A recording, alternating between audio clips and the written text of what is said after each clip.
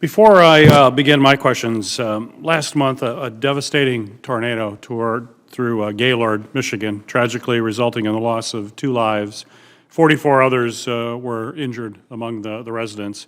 This horrible disaster destroyed businesses, destroyed the Nottingham Forest Mobile Home Park. It displaced residents from their now uninhabitable homes and left considerable debris in its wake.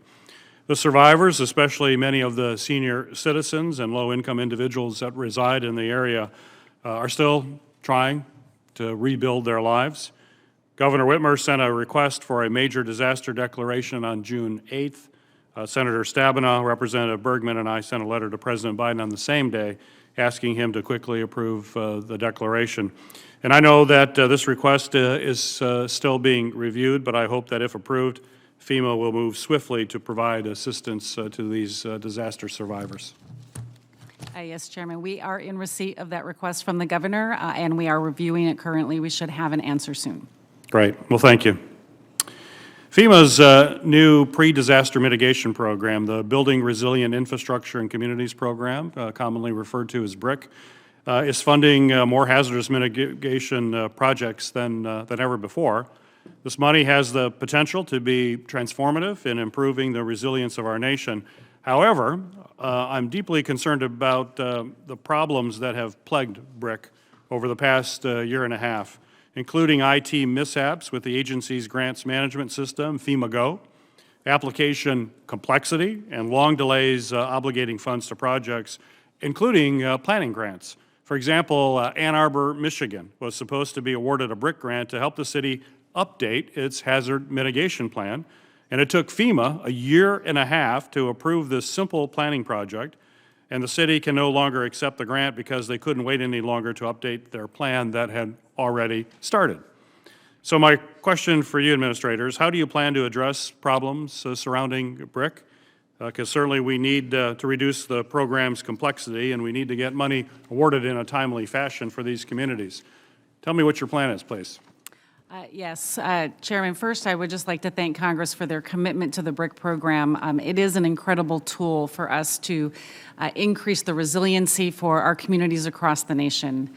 We have just finished our first year. We're getting ready to announce the second round of awards for the BRIC program, and so it is certainly a work in progress, but my team has been dedicated and committed to taking the lessons that we learned from this first round of applications and obligations that we have made and making sure that we are making corrections along the way.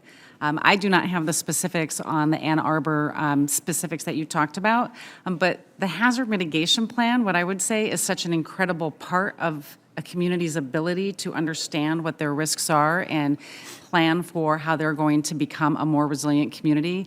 And so I will commit to you that I will make sure that those types of grants specifically, where we're trying to make sure that they can better understand their risks and prepare for the future, that we are moving those along more quickly. Great.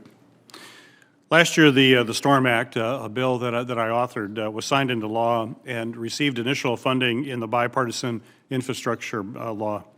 The law grants FEMA the authority to work with states and tribal governments to establish a revolving loan fund that local governments can access to carry out mitigation projects that reduce natural disaster risk, including flooding, shoreline erosion, and high water levels. These are issues that unfortunately continue to plague my home state in Michigan, as well as states all across the country. My question for you is, it's been 7 months since the program was provided funding through the infrastructure law. When do you anticipate launching this program? I am so excited about the STORM Act, and again, thank you very much for your leadership. It is going to be another amazing tool to help our communities become more resilient. This is the first program of its type for FEMA with a revolving loan fund, and my team has done significant outreach and engagement with our stakeholder communities right now to get a better understanding of how this program is going to best benefit them. I have challenged my team to push up their original estimate of late next year to get the first notice out to early next year. And so we're focused right now on getting that first notice of funding opportunity out in early 2023. Well, that'd be great. I appreciate you moving that timeline up. Could I receive a commitment from you that your staff will update my staff on a monthly basis so we can follow its progress? Absolutely. Well, I appreciate that. And also, I'd like to have your guarantee that you'll notify us if you think additional appropriations will be needed. Clearly, the demands are great out there. Yeah, I expect that this, like many of our other programs, will be oversubscribed, and so would be happy to work with Congress if we find that there's a greater need. Thank you.